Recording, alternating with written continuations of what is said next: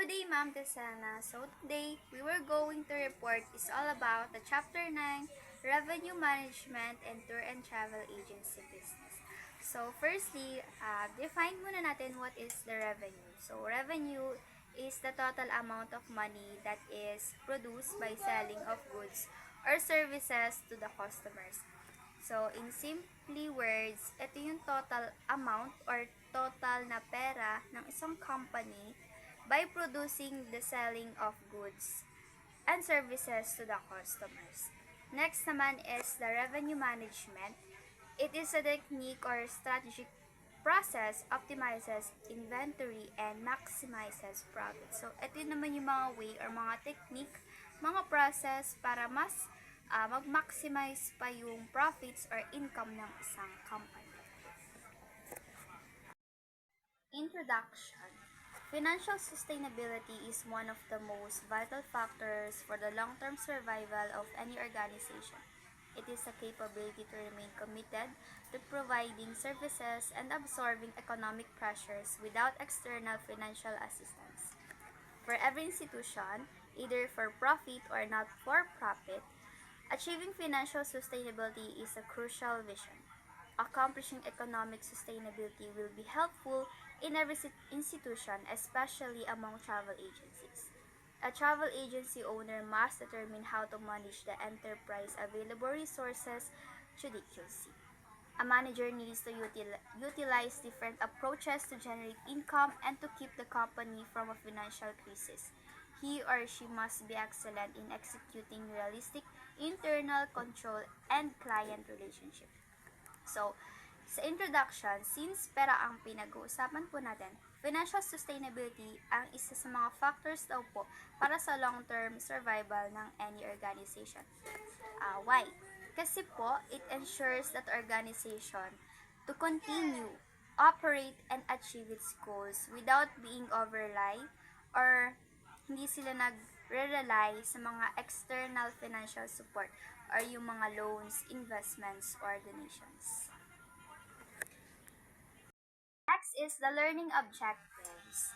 At the end of this chapter, you'll able to illustrate the foundation of revenue management, describe the importance of revenue management, distinguish the different factors influencing revenue management, examine the implications of industry product and service attributes towards revenue management, identify strategies to maximize revenue in the tour and travel business, and lastly, evaluate models, pricing, and management strategies to maximize revenue and yield.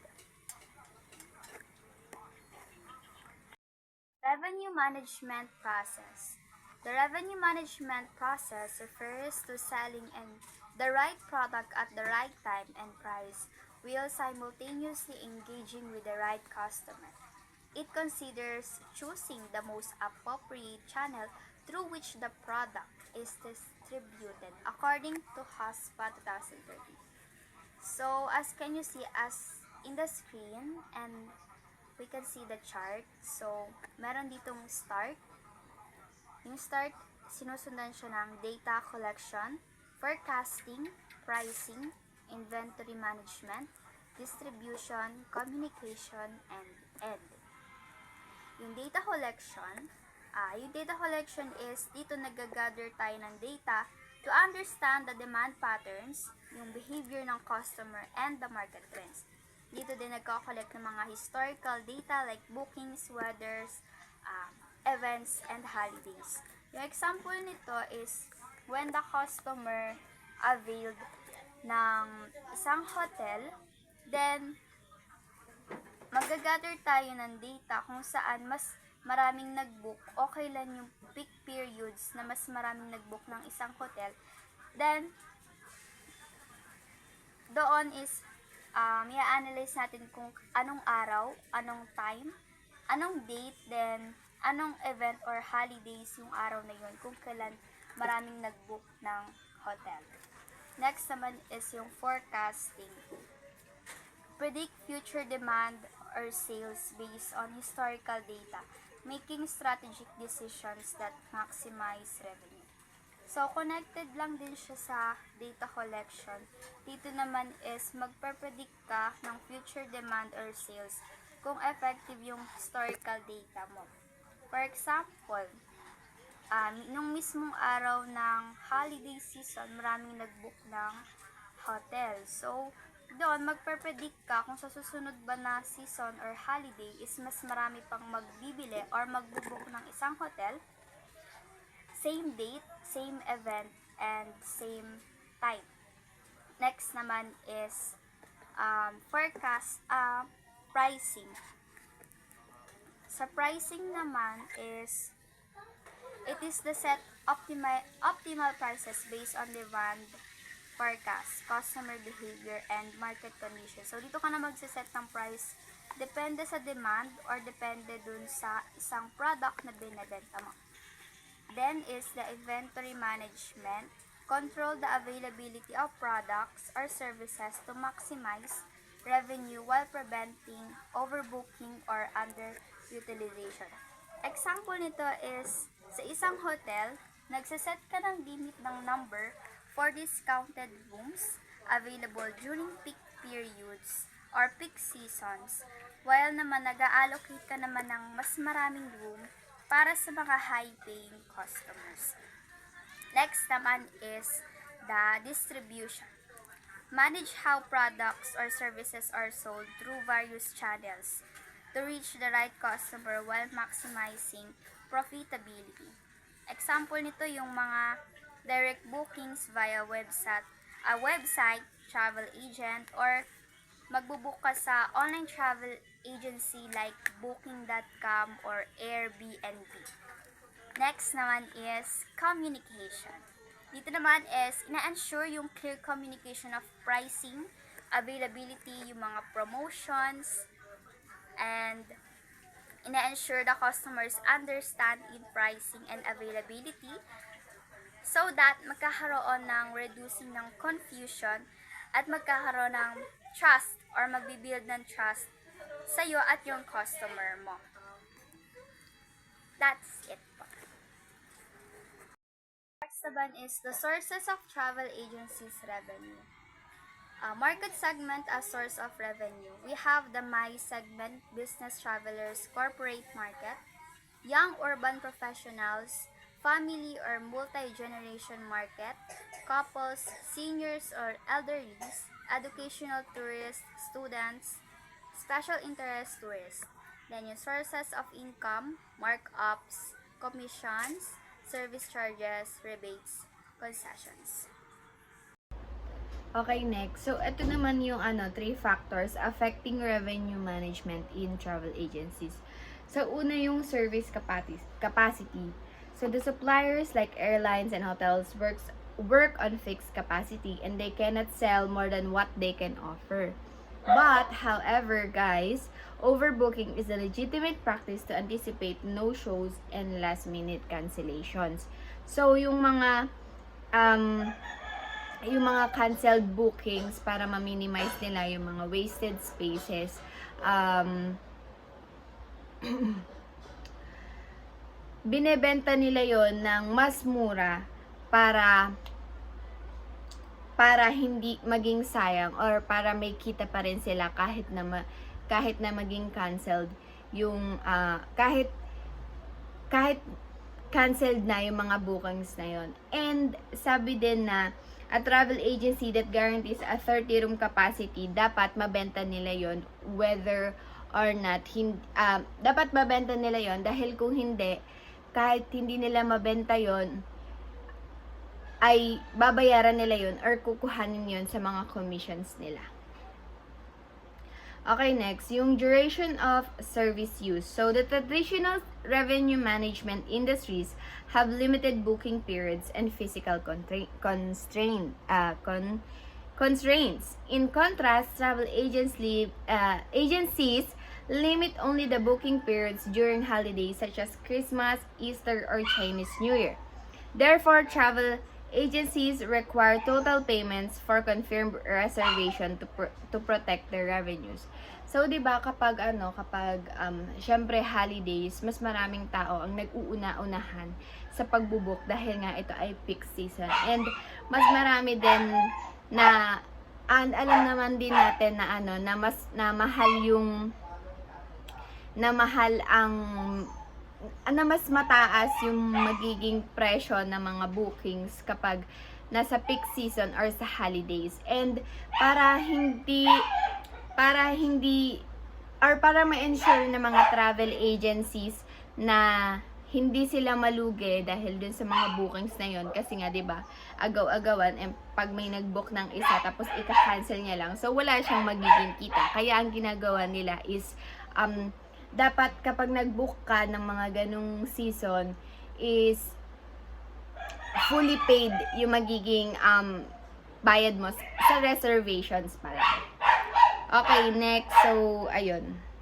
Next naman is yung physical constraints. So, sa physical constraints naman guys, so compared with traditional revenue management industries, travel agencies have features similar to theme parks and tourist attraction which offer flexible capacity. 'Di ba kapag halimbawa hotels or airlines, fixed yung capacity na pwede mong makuha sa kanila. Unlike yung mga theme parks, pangmaramihan talaga siya. And yung mga airlines kasi kapag ang isang eroplano, ito lang yung capacity and ito lang yung kaya niyang i-accommodate. Hanggang dun na lang siya. So, malilimit yung magiging ma-offer nila kahit na mas madami yung bubuk or ayun nga, nagpapareserve. In contrast, during the low seasons, there is less demand and thus fewer capacity constraints. Physical constraints limit restaurants, golf clubs, and similar establishments, and their pricing is considered elastic.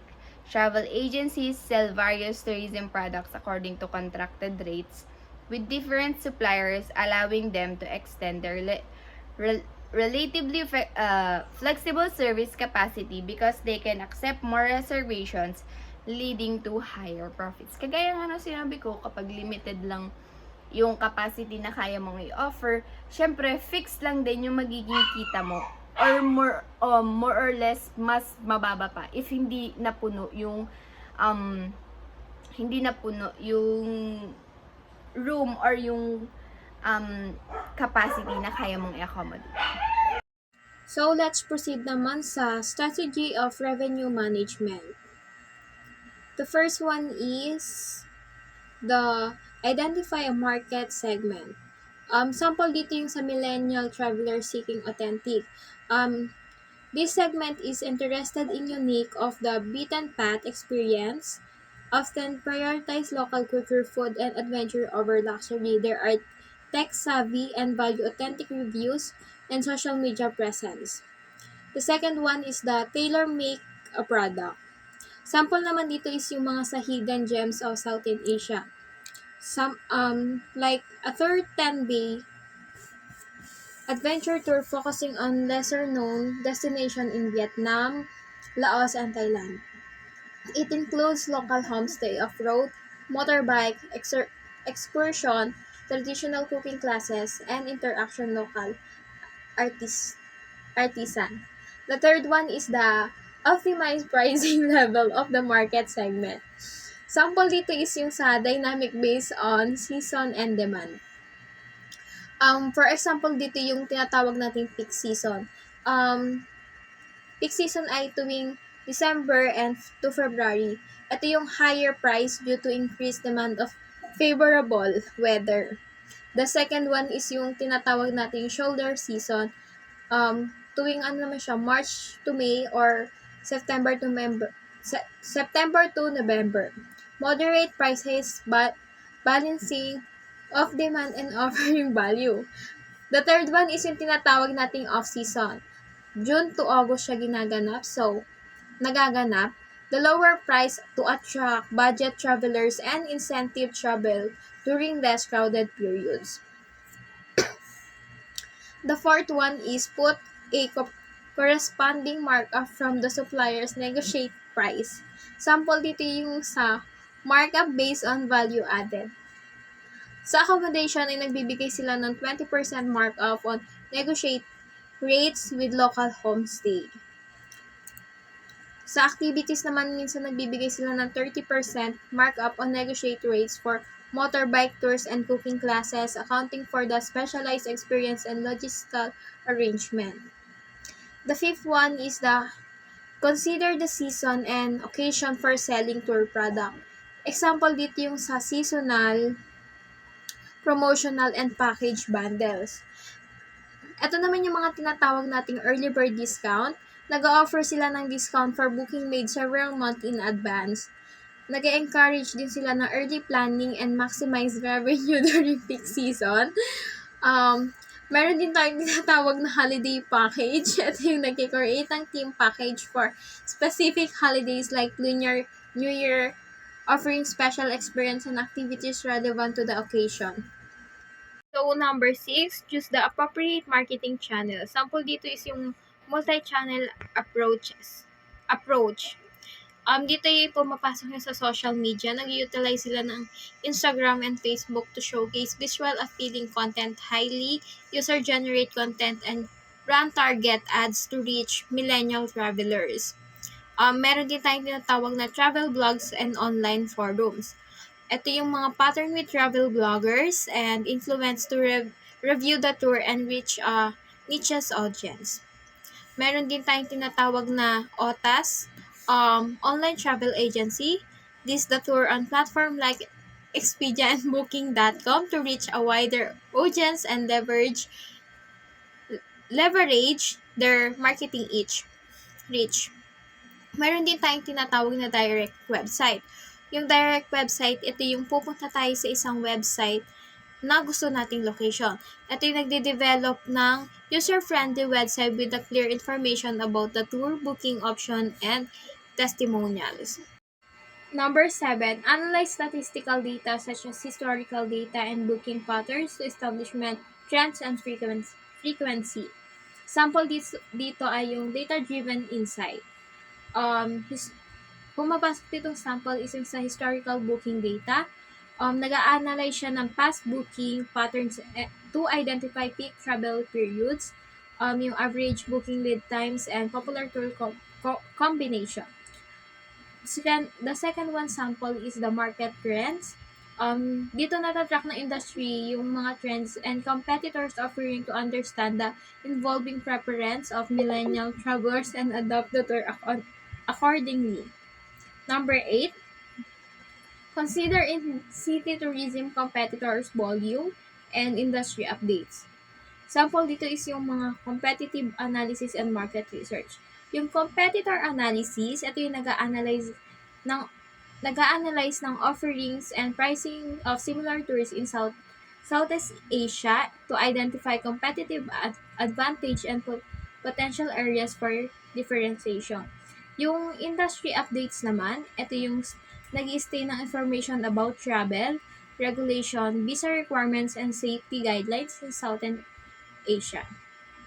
Number 9, anticipate potential demand and sales to prepare the appropriate modification. Sample dito is yung sa demand forecasting and inventory management. Demand forecasting, ginagamit tong historical data and marketing trends to predict the potential demand for the tour during different season and periods.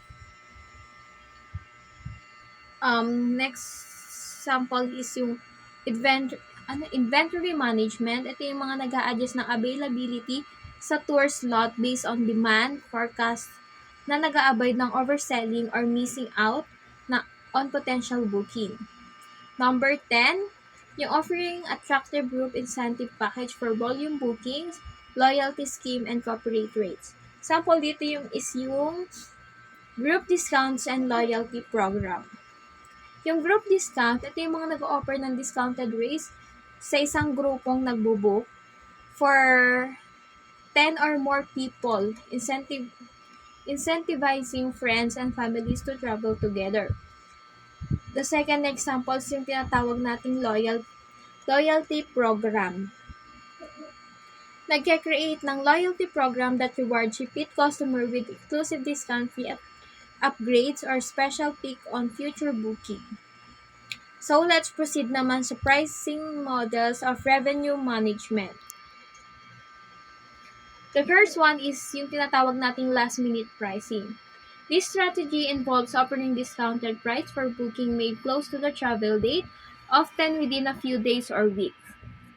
Sample. Yung hotel ay nag-offer ng last-minute deal for 20% discount on room book within 48 hours of arrival. Number 2, yung markup pricing. This model involves adding a fixed percentage markup to the cost of product or service to determine the selling price. Sample dito yung sa tour operator, nag-a-add sila ng 25% markup to the cost of guided tour. Nagko-covering ng operational expenses and profit. The third one is yung tinatawag nating seasonal pricing. Price fluctuated based on the season or time of year, reflecting changes in demand and the cost. Sample dito yung sa isang airline charging higher fares during peak travel season. Ito yung mga tinatawag nating summer and holiday, and lower fares during off-season periods. Number 4, yung tinatawag nating markdown pricing. This strategy involves reducing price to stimulate demand, often used to clear out inventory or attract price-sensitive customer. Sample dito yung sa cruise line, nag-offer sila ng flash sale with 50% off fares for selecting cabins on a specific sailing. Number 5, package pricing. Combining multiple products or service into a single package at a discounted price often attracting customers seeking value and convenience. Sample dito yung sa travel agency, nag-offer sila sa for example sa European Adventure Package that includes flight accommodation and guided tours at a bundled price. Number 6 is yung rack rate pricing. This is the standard non-discounted price for a product or service, often use a benchmark for comparison. Sample dito yung sa hotels rack rate for a standard room, which is the price list on their website or brochure. Number 7, dynamic pricing. This is a more advanced model that uses algorithms to adjust price in real time based on various factors such as demand, competition, and time sensitivity. Sample dito yung sa online ticket platform, dynamical adjusting concert ticket price based on the number of tickets remaining, the event date, and competitor pricing. So, saan naman COVID-19's effects on travel agencies and tour operators? Ito yung mga naging epekto during the pandemic or pre-pandemic or yung pagkatapos na ng pandemic, especially during okay.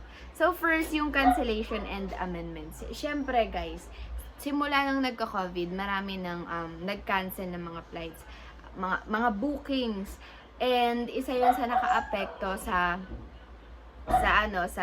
mga travel agencies and tour operators, since kapag nga nag-cancel sila dahil na nga dun sa takot din, 'di ba, na magka-COVID-19. And ayun nga, dahil din sa mga health protocols, kailangan naka-mask, kailangan 6 feet apart, kailangan vaccinated ka. Eh, di ba yung ibang tao naman ayaw nila magpa-vaccine kasi nga natatakot sila na baka mas mamatay sila kapag nagpa-vaccine sila.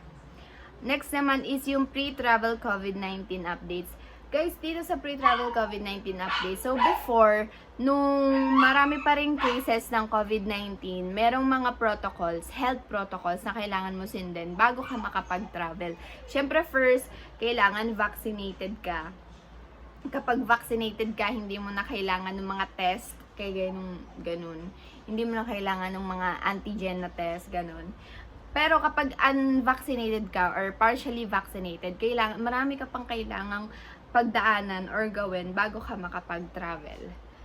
So, next naman is yung social media marketing. Syempre, simula nung bawal na nga lumabas, lesser yung interactions with each other. Isa din sa ginamit ng mga travel agent and tour operators ang social media dahil nga, 'di ba, bawal lumabas. So, saan ba mas nagugugol ng mga tao ang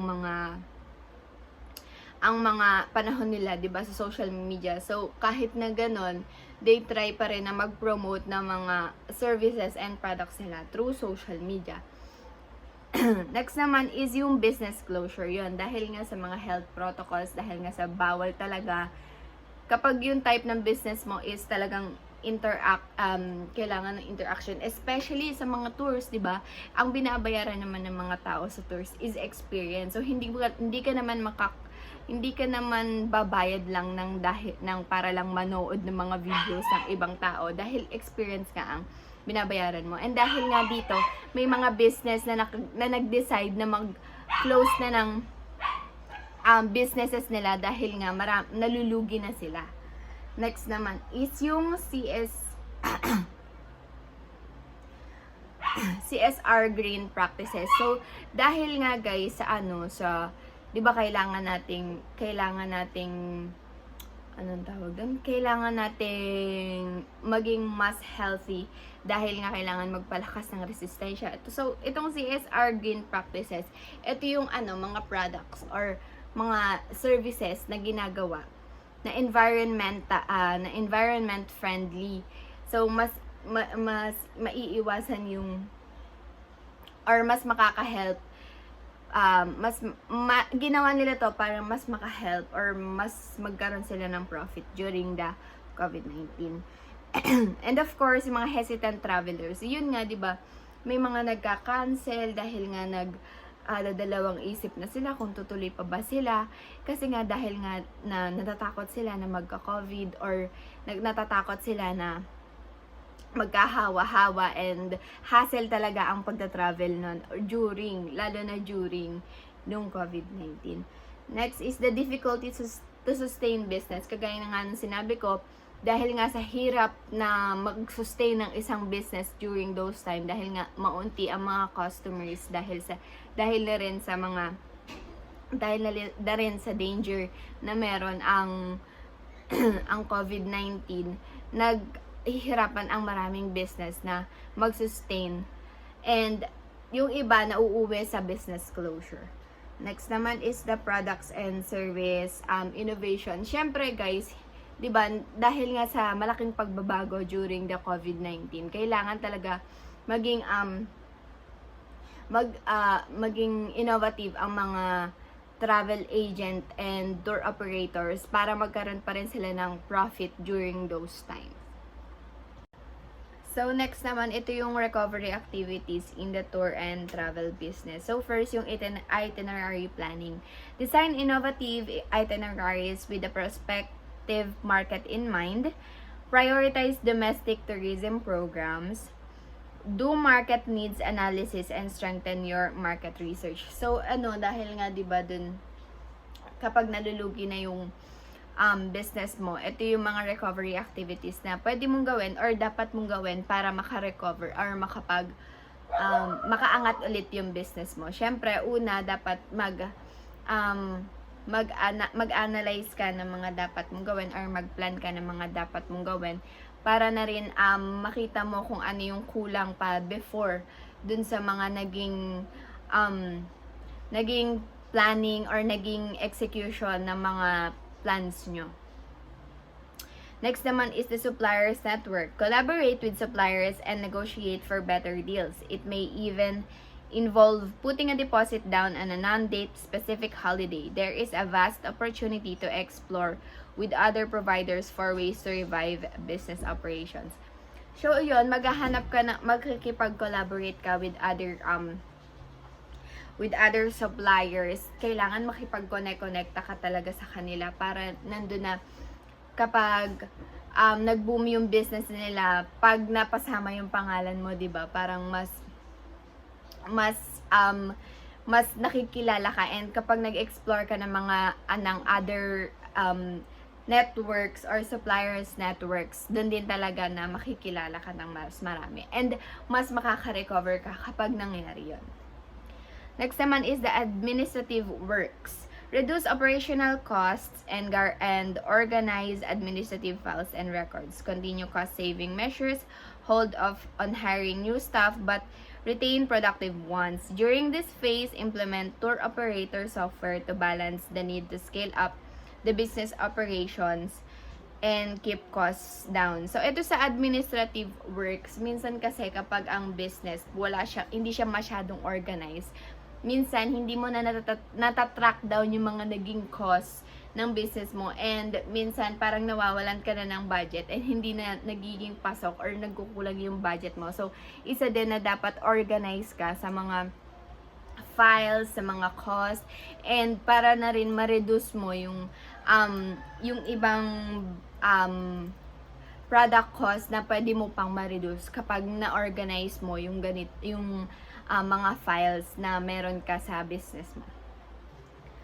Important files na meron sa business mo. Next naman is yung customer database. Examine customer database and start to get people thinking about planning their trip with the company. Get innovative. This includes asking them to start working with you to plan their canceled trips, guarantee and continue to engage with your customers, and take steps to grow your brand presence. Ayun nga, kagaya nung pakikipag-negotiate or collaborate sa ibang networks, dapat interact ka lalo na sa mga customers mo para mas makilala ka nila. And through this, kapag mas interactive yung business mo sa mga customers mo, mas marami kang maa-attract na consumers, and mas maraming bibili sa'yo or mag-a-avail ng mga services nyo. And of course, in sales and marketing, plan digital marketing and promotional collateral to navigate change in a cost-effective way. Diba, pag digital marketing nga, gumagamit tayo ng social media. So, unlike sa traditional marketing, guys, mas mapapamura ka talaga kapag yun ang mga ginamit mo. Kasi nga, through social media lang siya, hindi mo na kailangan magpa-print ng mga magazines, newspaper. Yun.